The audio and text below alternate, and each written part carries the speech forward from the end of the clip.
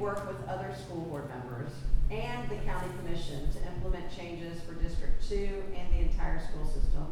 And how do you foresee yourself overcoming political obstacles?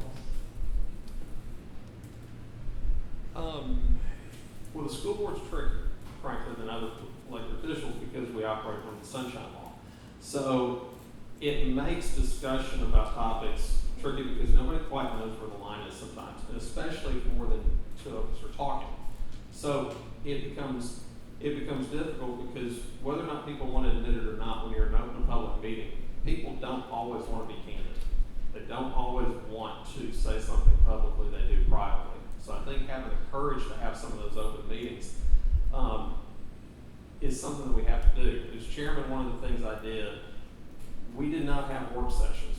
We did not, before I became chairman, we would have one meeting a month. The first thing I did as chairman is I said, we're going to have work sessions because there's issues we need to discuss. And so I asked for the deferred maintenance list. And it led to some heated conversations, but it led to some honest conversations about the state of where things actually are. So continuing those is a big issue. In terms of other elected officials, conversation.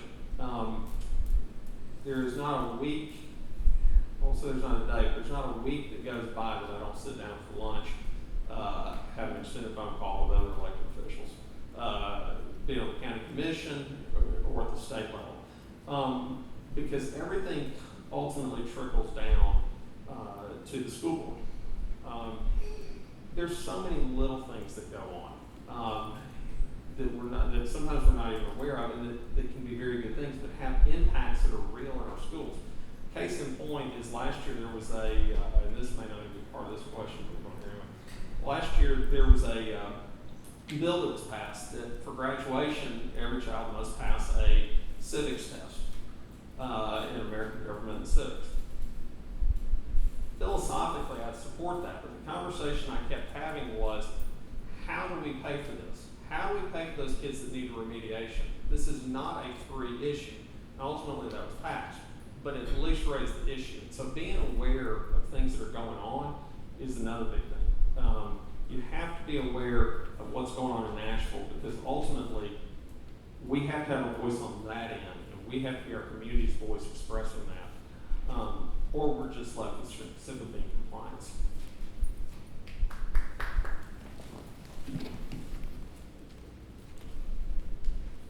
I like this question because I think it tells a little bit of who I am. And I think that by being a positive force and by moving in a forward, innovative direction, I am doing this because I care about the students. That's why I'm running for school board.